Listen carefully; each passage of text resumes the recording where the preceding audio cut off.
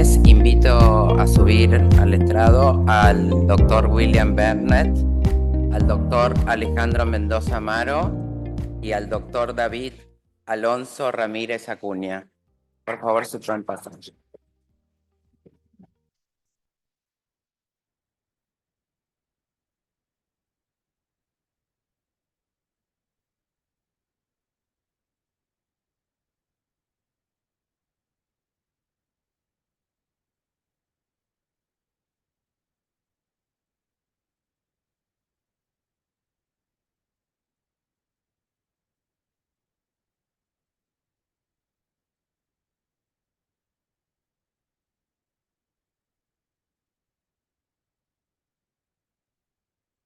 Vamos a comenzar por el doctor William Burnett, que es médico psiquiatra, especialista en psiquiatría infantil, psiquiatría forense, evalúa a niños, adultos y familias que se encuentran envueltas en situaciones legales, tanto civiles como criminales.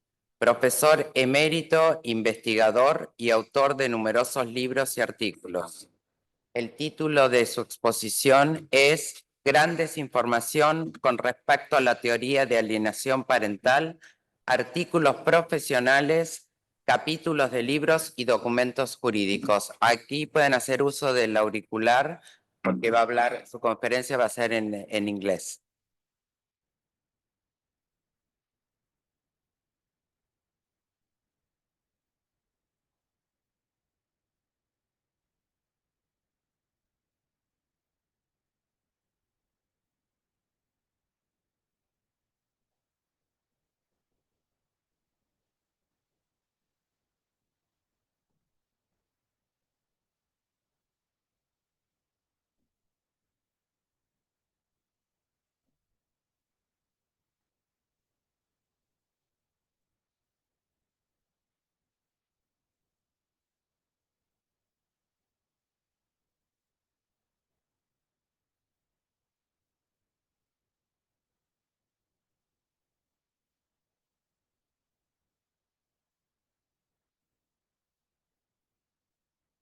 Let's see, we need to put the PowerPoint up.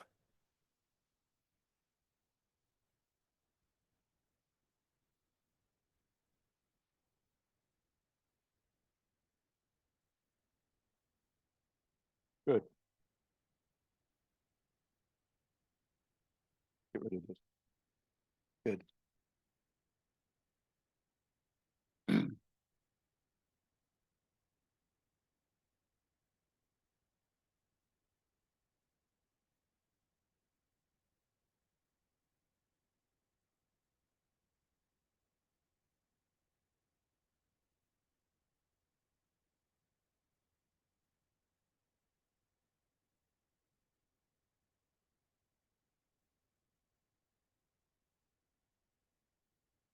Good morning.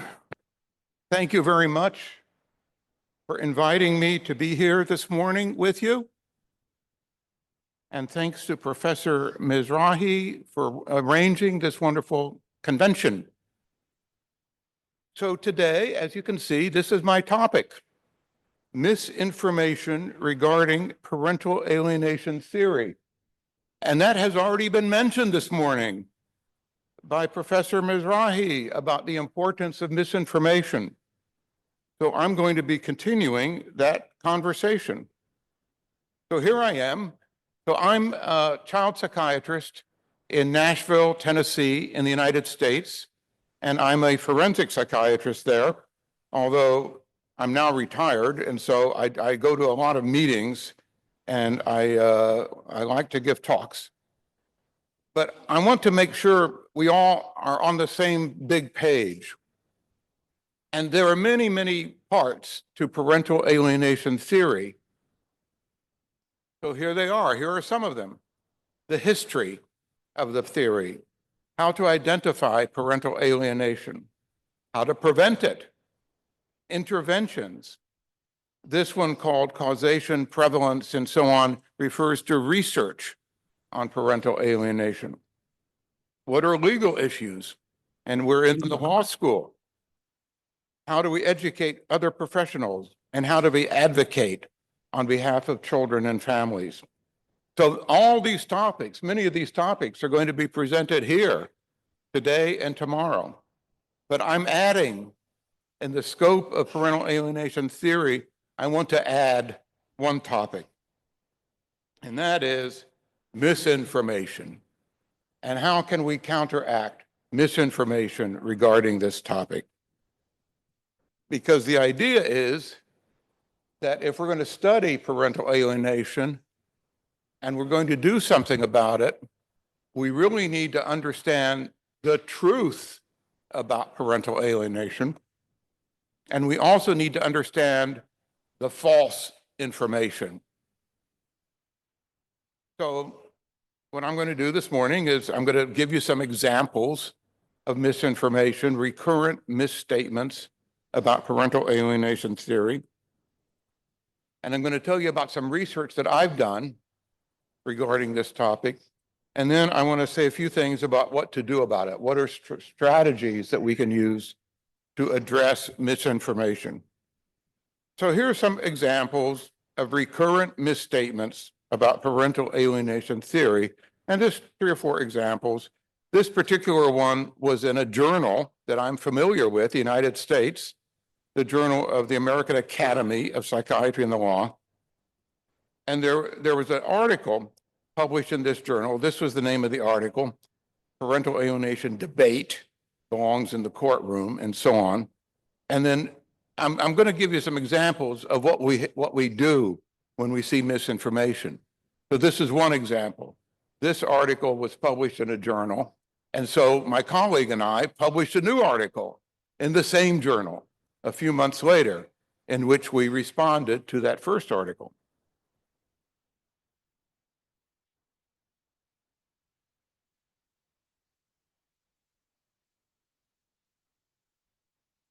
So that's one thing we can do if there's misinformation. Here's another thing we can do. This was an important book. This book was published by the American Psychological Association, and it had mistakes in it. The very first chapter had false information about me and about parental alienation. So in this case, we complained to the editor of the book, the publisher of the book, the president of the American Psychological Association, and they did correct it. They corrected what it said in the book. So that's something you can do if there's misinformation. Here's another example in a journal called Children and Youth Services Review. This was very simple. There was a very tiny, big article. There's a very tiny sentence with misinformation. And in that case, we requested it, and they immediately fixed it. So you can do that. Here's one more example. This was in another journal of the American Academy of Matrimonial Lawyers, which is an organization in the United States. This one did not work out very well. In this case, there was a big article. The whole article was mistaken, and we complained to the author, the editor, and the publisher, and nobody wanted to change it. So that article is still there. So sometimes we can make changes and corrections, sometimes we can't. Here's one more that's been mentioned. About a year ago, there was an article published by the United Nations, specifically the Human Rights Council of the United Nations, and this document has hundreds of false statements, and we tried to get it corrected. We did not get that corrected. So sometimes we can make corrections, sometimes we're not able to. So of course, this has been going on for years. Even going back to Richard Gardner, he was told lots of misinformation, and he tried to do something about it. He wrote his own articles in which he tried to correct it. And so this is an article that he wrote before his death.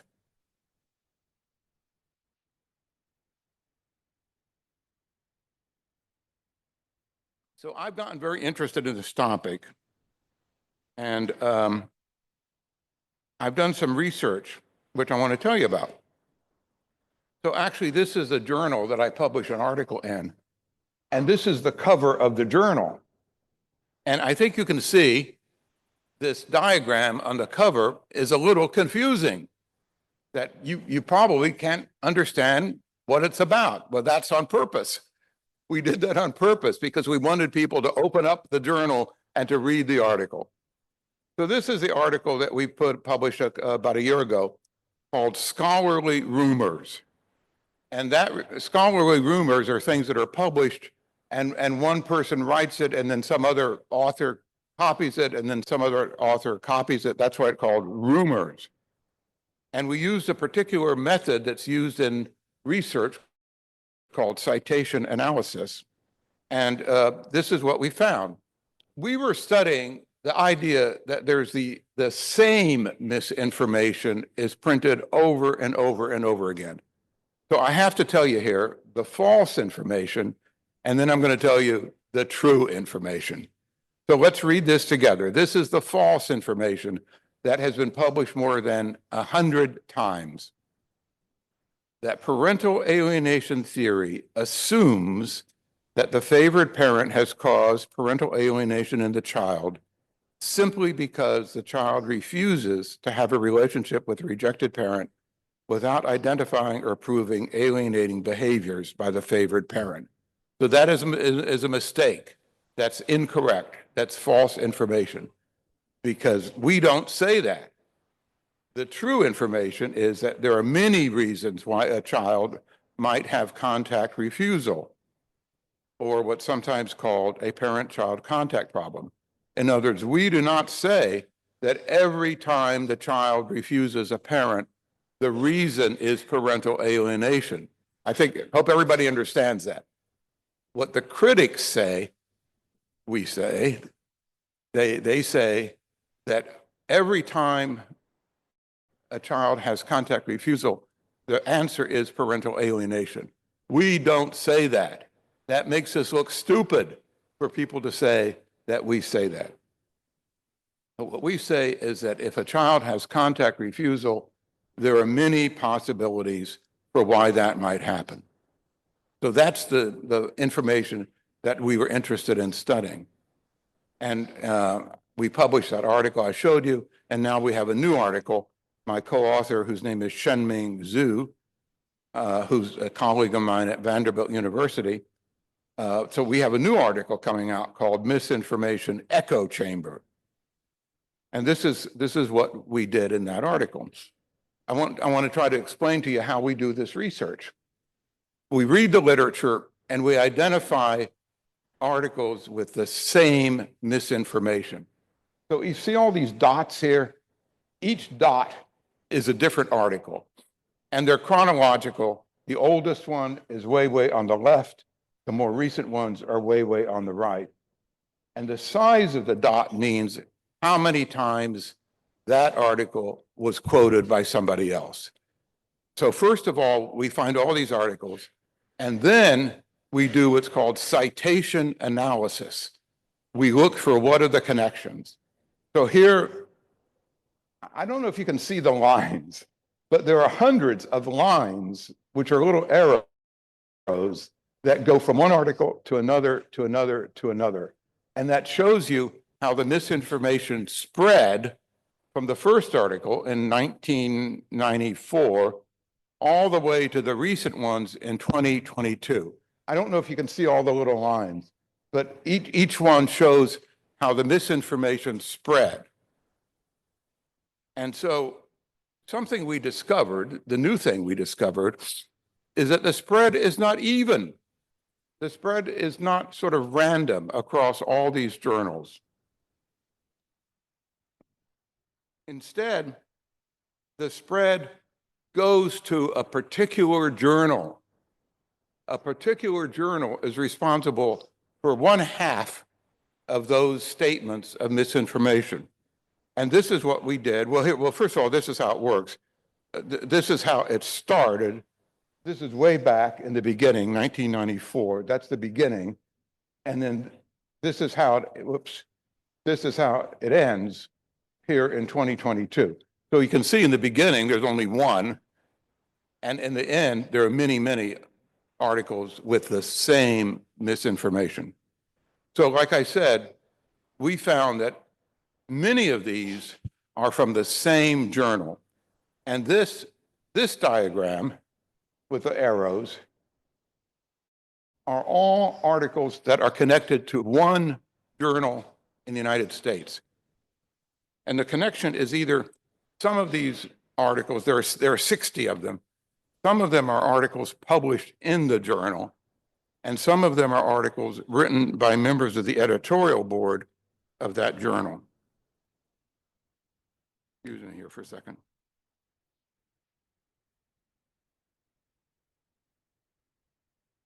So altogether, there are 17 articles in the journal. There are 57 articles in the editorial board of that journal. Excuse me.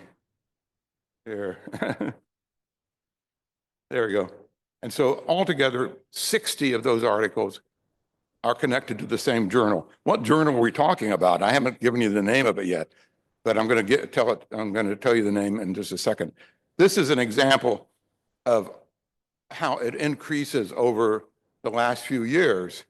And the total has increased, but also the articles in red are the number of articles in that particular journal. So what journal are we talking about? This is the name of it. The Journal of Child Custody. That the editor of that journal, everybody knows this. I'm not telling you a secret, that the editor, his name is Dr. Geffner, Robert Geffner, and he does not like the idea of parental alienation. And he'll tell you that he doesn't like it. So he has published many articles that are criticisms of parental alienation theory.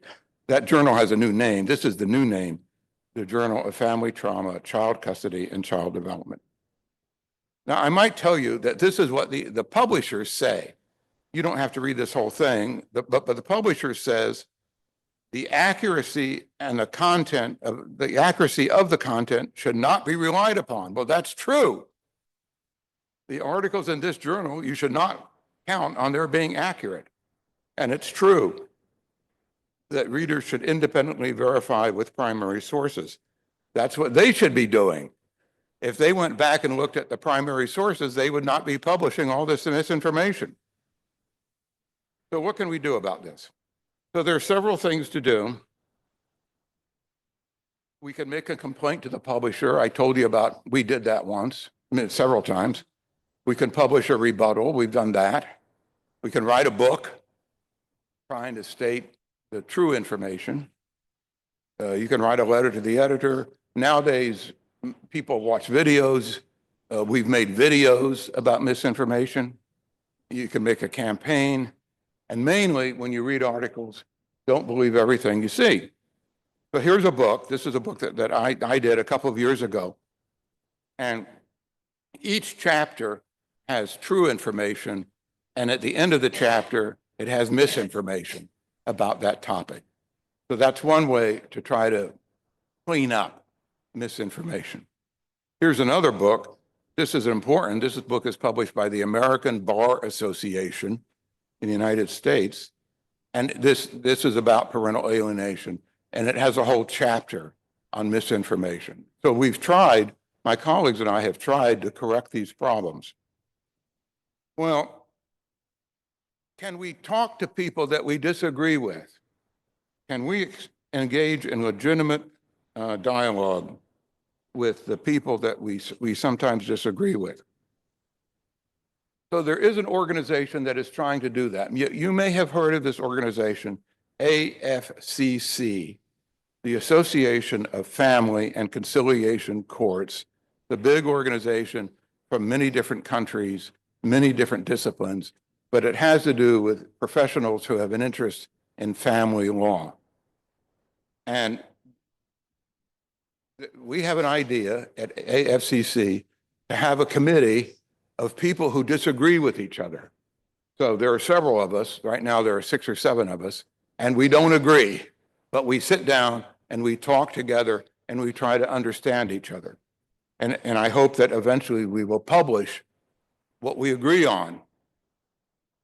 And this is an example of things that we agree on.